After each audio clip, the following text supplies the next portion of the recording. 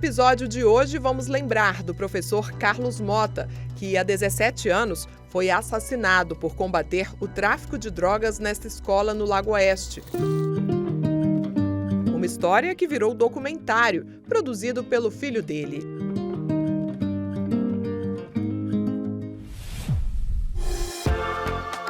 E vamos conhecer o trabalho do artista Nelson Maravalhas, que expõe suas obras no seu próprio museu. A Pinacoteca Maravalhas, um lugar lindo daqui do nosso quadradinho.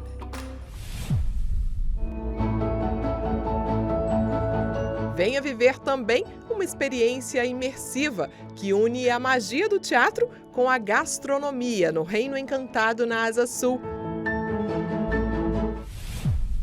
De repente eu avistei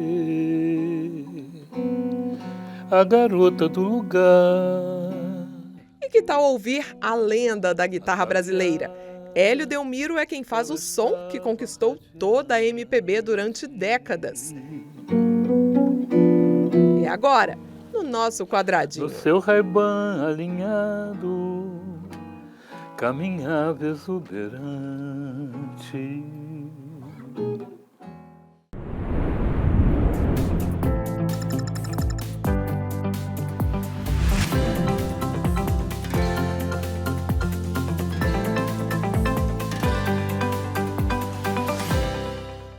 Há 17 anos, o assassinato do professor daqui do DF, Carlos Mota, chocou a população.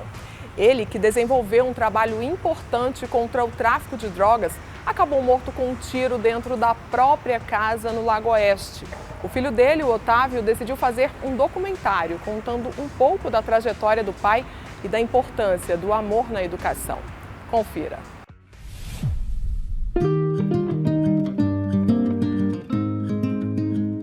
A minha ideia de produzir esse documentário sobre o meu pai, ela surgiu a partir do momento que eu entrei na faculdade de jornalismo.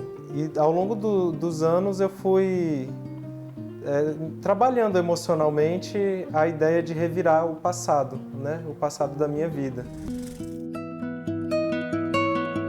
Eu sempre senti muita falta do meu pai, mas eu nunca soube direito como expressar isso para as pessoas. E quando eu me vi fazendo jornalismo e eu vi que eu poderia produzir uma reportagem, um documentário, um filme, eu me agarrei a essa ideia e falei, se eu for produzir algo, vai ser sobre algo que eu sou extremamente apaixonado. E essa paixão era meu pai. Eu precisei descobrir quem ele era e foi através da memória dos amigos, das fotografias que eu consegui.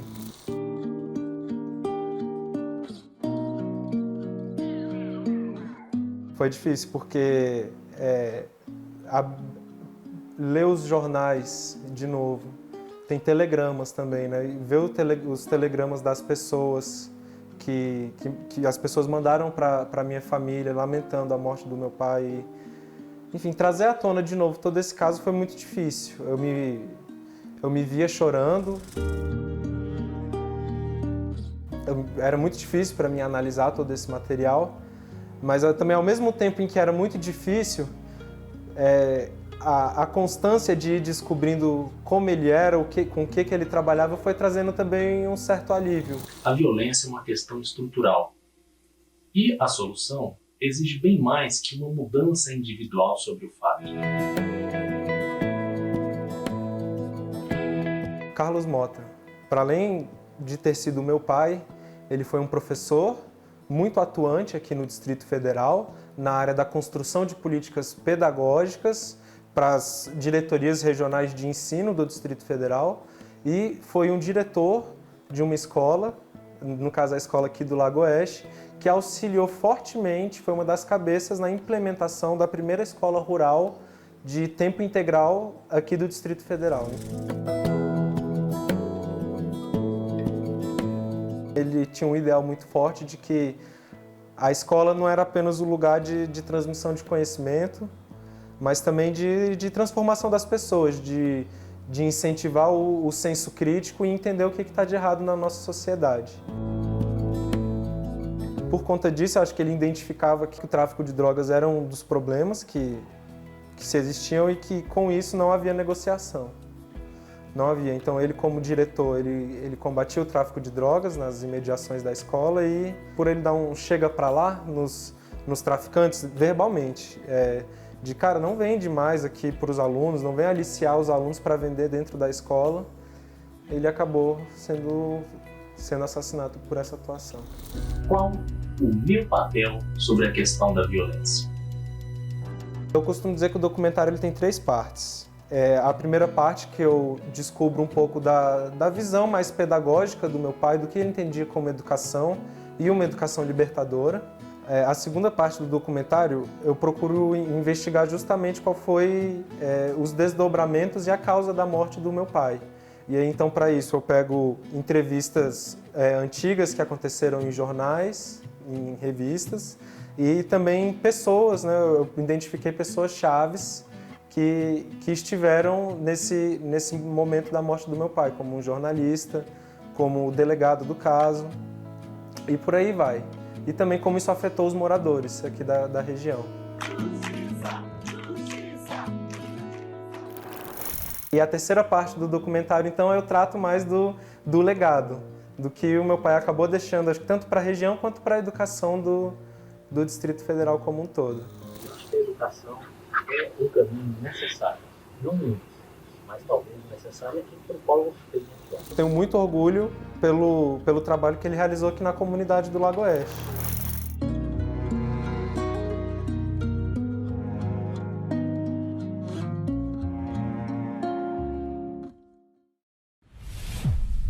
Pinturas que nascem a partir da captura de imagens durante o sono mais profundo.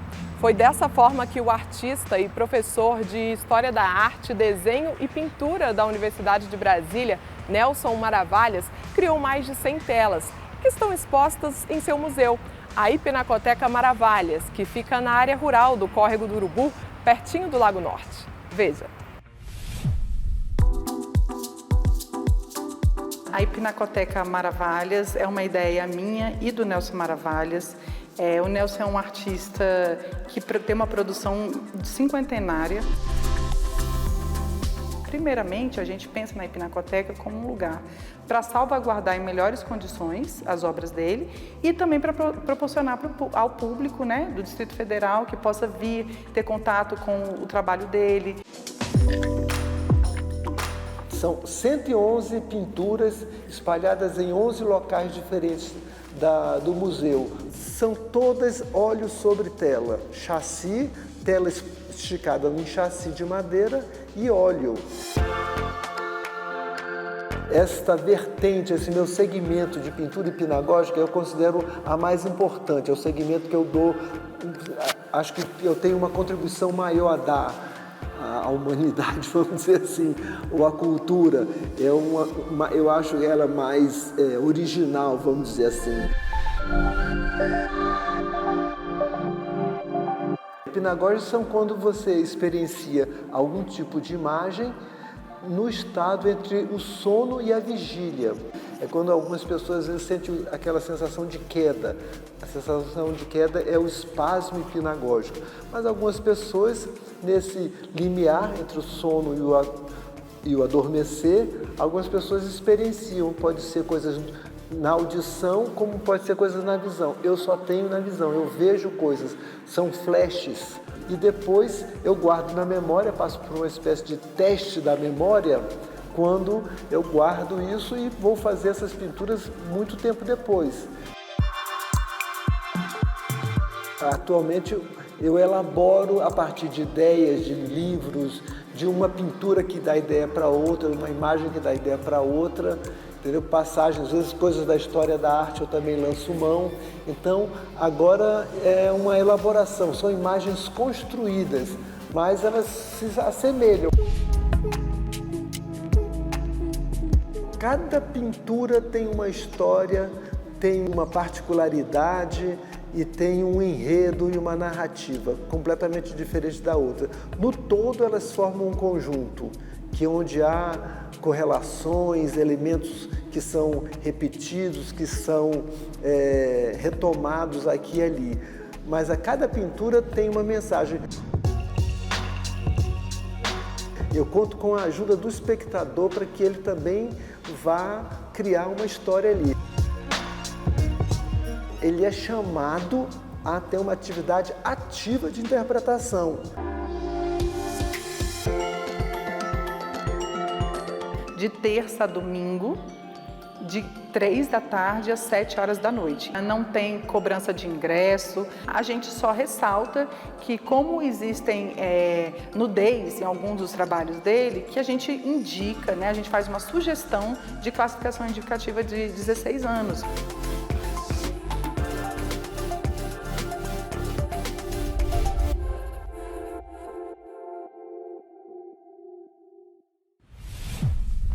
No próximo bloco, conheça o Reino Encantado, uma experiência imersiva para quem ama o mundo das princesas e dos super-heróis.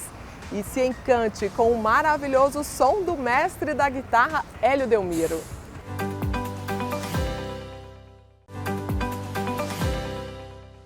Uma experiência imersiva que une teatro e gastronomia tem atraído crianças e até adultos apaixonados pela magia dos contos de fadas. O Reino Encantado fica na 202 Sul até maio. O cenário, o cardápio, tudo foi pensado para envolver completamente o público no castelo. Confira.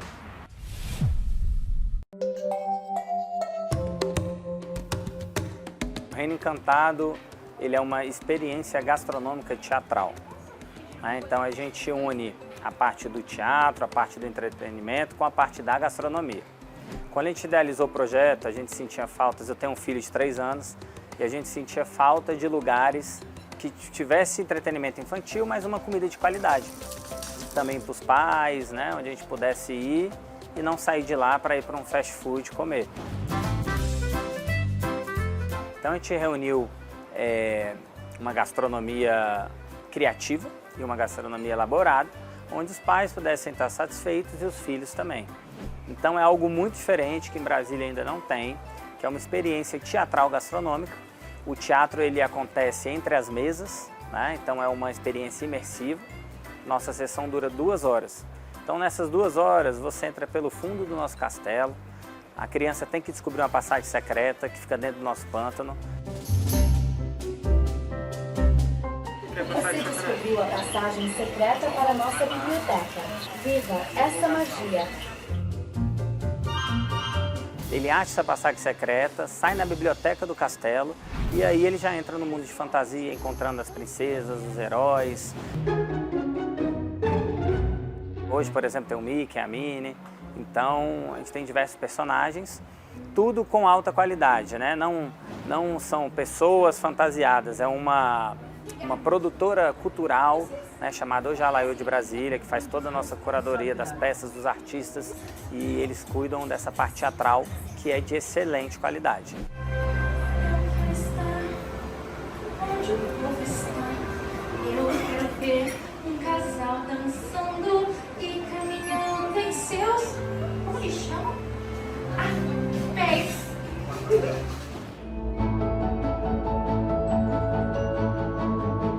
Então é algo que a gente não costuma encontrar.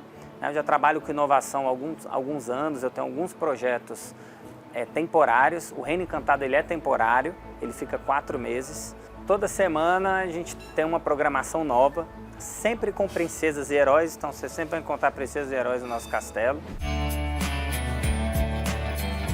Para mais informações no nosso Instagram, @ReinoEncantado_BSB. É importante ter o BSB, então Reino Encantado BSB. E as reservas são feitas através da bilheteria digital. Você pode entrar lá, você paga uma taxa de reserva e garante a sua cadeira. Né? Mesas individuais, a partir de 4 pessoas você já consegue ter a sua mesa individual. Então é algo realmente muito diferente. Pessoa paga R$50 de taxa de reserva, criança até 2 anos não paga.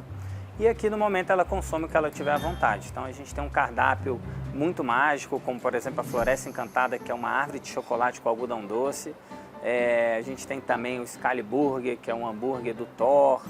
A gente tem pratos como com risoto, a gente tem trufas, brigadeiros.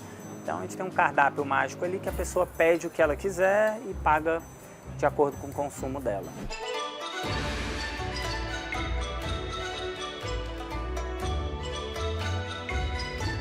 E a nossa cenografia ela é de um castelo. Então, realmente, quando você entra no Reino Encantado, você consegue se sentir dentro de um castelo real, né? A gente tem um salão principal, a gente tem a biblioteca, a gente tem o bar do alquimista e onde a gente está agora, que é o nosso Jardim Encantado.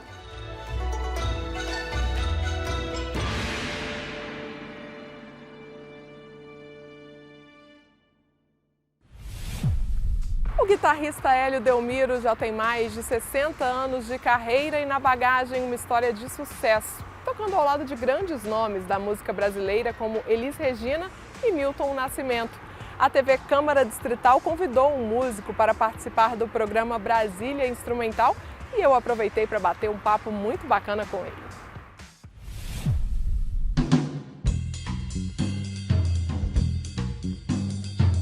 Ele começou com o cavaquinho aos 5 anos de idade, depois passou para o violão e se tornou um dos maiores guitarristas do Brasil, não só do Brasil, do mundo.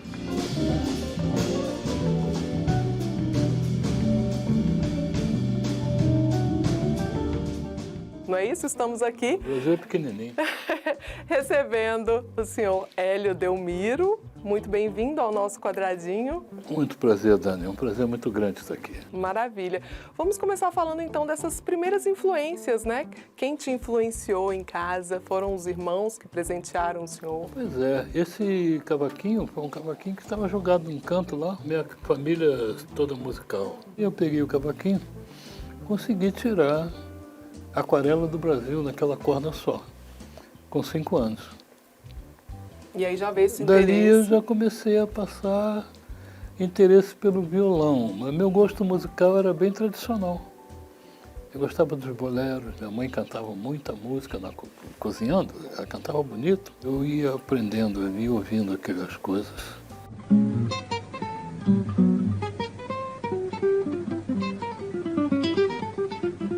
E aí sempre ouvindo que o senhor realmente tinha talento, todo mundo falava já, né? Exato. Eu estudava na escola, o Carlinhos conheceu um rapaz que tocava acordeão, que tinha um programa, era garoto, e era líder de um conjunto de um programa na TV Tupi. O Carlinhos começou a tocar no programa por causa do amigo de escola, passou a participar do programa. Ele começou a conhecer músicos no bastidor da televisão, da Bossa Nova. Então ele vinha para me mostrar, para eu tocar com ele aquilo. Eu falei, não, Carlinhos, eu não gosto disso não. Esses acordes, assim não, tem que ser assim. Tudo quadrado, sabe? A música, meu gosto era assim, ó. A cerejeira não dá rosa, não. Meu tipo de música. Aí o Carlinhos veio. Um cantinho, violão, esse amor, uma canção. Que acorde feio é esse? Não quero isso não. Sabe que eu fui me acostumando? Eu virei um bossanovista.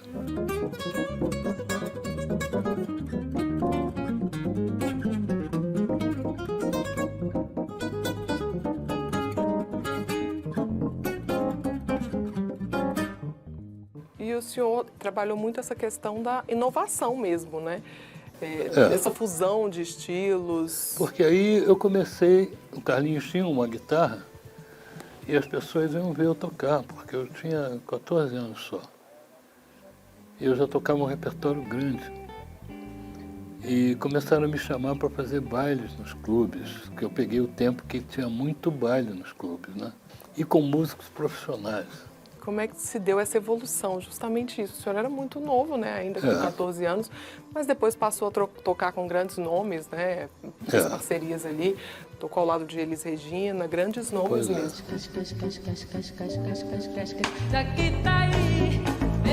Eu comecei na adolescência fazendo esse trabalho todo, os bailes, tudo. Ficava trancado em casa, pegava meu violão, abria um método e começava a estudar. Então, dali, já na adolescência, eu passei a estudar umas 6, 8 horas diariamente. E eu comecei a tocar de uma maneira, eu fui levado pelas pessoas. Pô, esse cara, vem aqui ver, tem um cara lá no meio que toca diferente. Vamos lá ver. Aí o pessoal ia ver.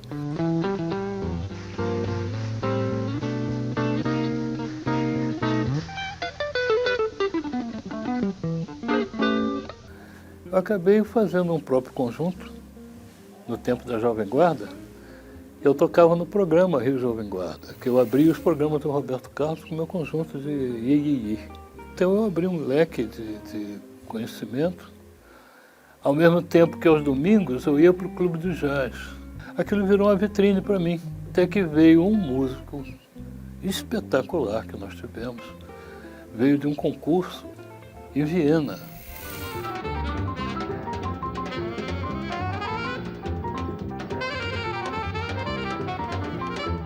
Eu comecei a trabalhar com ele e fui para um disco com ele. O segundo disco da carreira dele, o Trajeto, eu gravei 2 faixas. Aquilo me colocou numa vitrine do métier de gravação. Aí começavam a me chamar para gravar, para no meio do canto, na parte que a cantora deixava para a orquestra tocar, então tinha solo meu. E fui crescendo ali, crescendo. Eu acabei com 200 itens da discografia brasileira, com essas participações. E nesse caminho, o cara que tocava contrabaixo comigo, que eu vi começar, que era o Luizão Maia, que era o baixista da Elis, ligou um dia para mim me oferecendo se eu queria tocar com a Elis, se eu conhecia, se eu queria tocar. Eu falei, claro. O amor é como a rosa num jardim, a gente cuida, a gente olha, a gente... Até que o Luizão me convidou para fazer um teste, me apresentou para Elis. Pronto, aí começou. Eu sei que vou te amar até o fim da minha vida, eu sei que eu vou te amar até o fim, eu vou te amar até o fim da minha vida, eu vou... Logo depois veio o Bituca, o Milton Nascimento, e eu já tinha um disco próprio, gravado. A coisa foi crescendo, naturalmente, sem eu querer.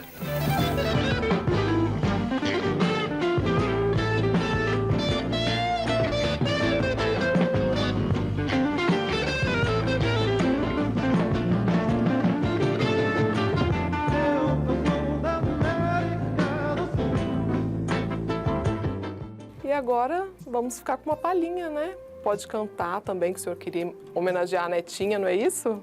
É, a Netinha. Certa vez eu visitei um lugar para que sonhar. De repente eu avistei a garota do lugar, ataviada, ela estava radiante.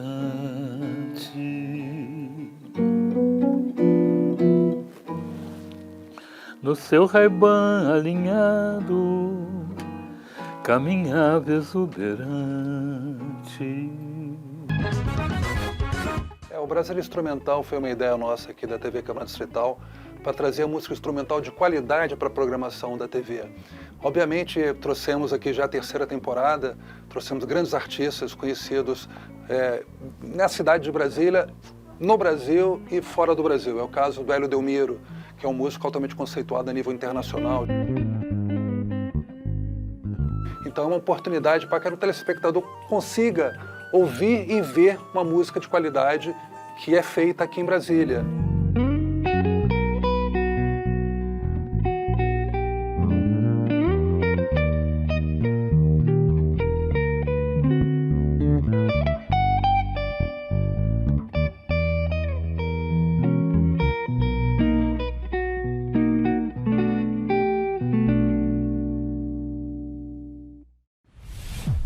Eu fico por aqui. Se você tem alguma sugestão de reportagem que queira ver aqui no nosso programa, entre em contato com a gente.